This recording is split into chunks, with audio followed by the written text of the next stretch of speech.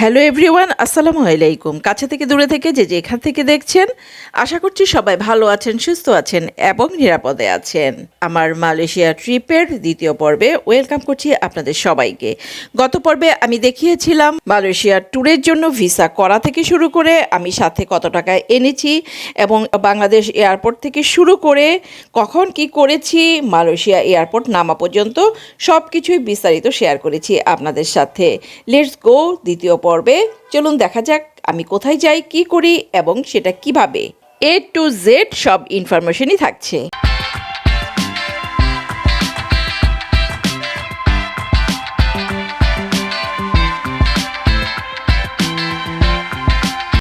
এই মাত্রই ইমিগ্রেশন শেষ করে আমরা বের হয়েছি।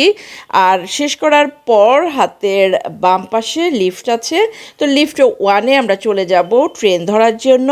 তো লিফট ওয়ানে যখন আমরা চলে যাব সেখান থেকে কিন্তু বাস পাওয়া যাবে KL সিটি সেন্টারের জন্য। মূলত আমাদের এই জার্নিটা কিন্তু একদমই বাজেট ফ্রেন্ডলি জার্নি হিসেবেই আমরা করছি, আর কম খরচে মালয়েশিয়ার প্রত্যেকটা স্পট যাতে দেখতে পারি বা যেতে পারি, একদম প্রথম থেকেই সেটা কিন্তু মাথায় রাখছি। সো আমাদের মতো যারা বাজেটের কথা মাথায় রাখছেন, ডেফিনেটলি এই ভিডিও আপনাদের জন্যে। এই হলো লেভেল 1 এবং এই পাশটাতে কিন্তু ট্রেনের লাইন। তো যেহেতু ট্রেনের ভাড়া বেশি, সো আমরা ট্রেনে যাব না, আমরা বাসের পাশটা খুঁজছি। আর বাসের জন্য উঠতে হবে উপরে, ট্রেনটা হচ্ছে নিচে, বাসের স্টপেজটা হচ্ছে উপরে। সো আমরা উপরে উঠছি। আর এয়ারপোর্টটা কিন্তু এই দেখেন ভিতরে একদম নিট অ্যান্ড ক্লিন, আমার কাছে খুবই ভালো লেগেছে। পরিবেশও কিন্তু অসম্ভব সুন্দর, এখানে চিৎকার বা কোলাহল নেই যেটা আমাদের বাংলাদেশের এয়ারপোর্টে ছিল বা দেখে এসেছি। তো স্ট্রেট একদম আমরা স্ট্রেট চলে যাচ্ছি বাসের জন্যে। দেখা যাক কত দূর গিয়ে আমরা বাস পাই। তো আপনারা যদি আসেন ট্রেনে যেতে চাইলে তো নিচে অবশ্যই ট্রেনে উঠতে পারবেন, আর বাসের জন্য উপরে উঠতে হবে। এবং কিন্তু লেখা আছে গো স্ট্রেট, মানে আপনি সোজা চলে যান, সোজা যেতে যেতে একটা সময় হয়তো বা বাস পেয়ে যাবেন, এই ধরনের নির্দেশনা কিন্তু এখানে দেয়া আছে। আর দুপাশের পরিবেশটা দেখেন, এখানে কিন্তু এত মানুষ বা তেমন একটা কোলাহল কিন্তু নেই। ফাইনালি আমরা বাসের সন্ধান পেয়েছি, কিন্তু উপর থেকে আবার কিন্তু নিচে নামতে হবে, এটা গোডাউন টাইপের একটা জায়গা। তো এই জায়গা ধরেই কিন্তু আমাদের নিচে যেতে হবে।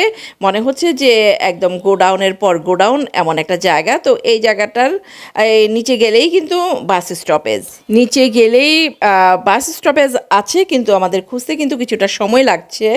তো এখানে লেখা আছে যে কাউন্টার 2।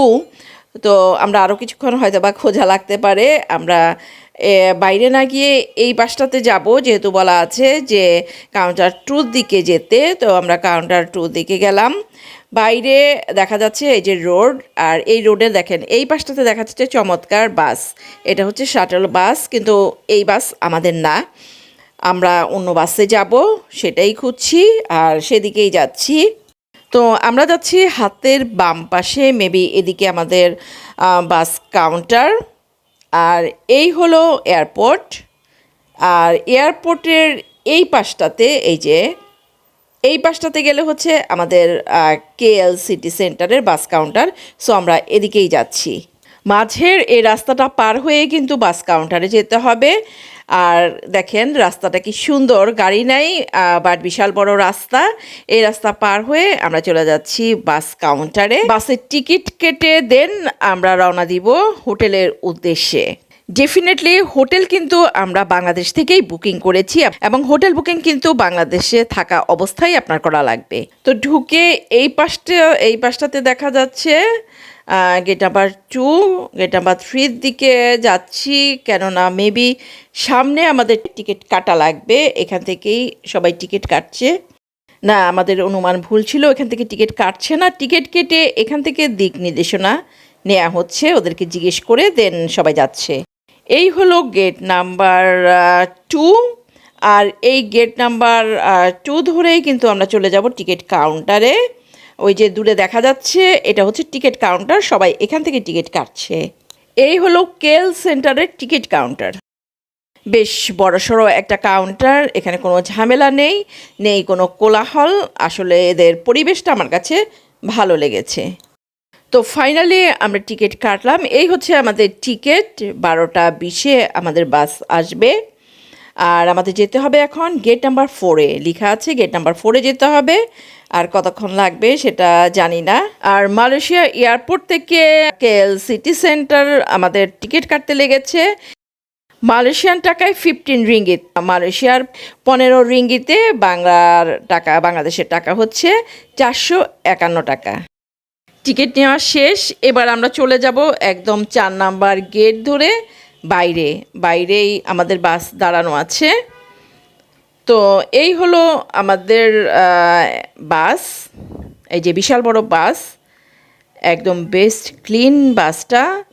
বাসের ভেতর সাইডটা যদি আমি আপনাদের দেখাই, আমরা এখন বাসে উঠছি আর এই হলো বাসের ভেতর সাইডটা। দেখেন বিশাল বড় বাস, বাইরে যেমন ক্লিন ভেতরটাও কিন্তু বেশ ক্লিন বাসের, খুবই চমৎকার বাসটা। আর টাইমটা তারা খুব মেনটেন করে, যেটা আমি দেখলাম যে একদম 12টা 20, মানে 12টা 20-এই কিন্তু বাস এসছে।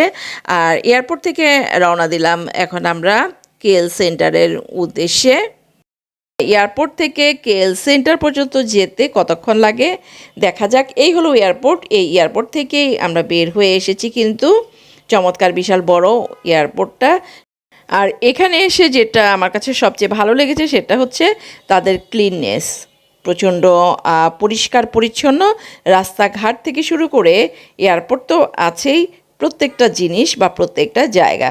চলুন তাহলে আমাদের সাথে কেএল সেন্টারের উদ্দেশ্যে।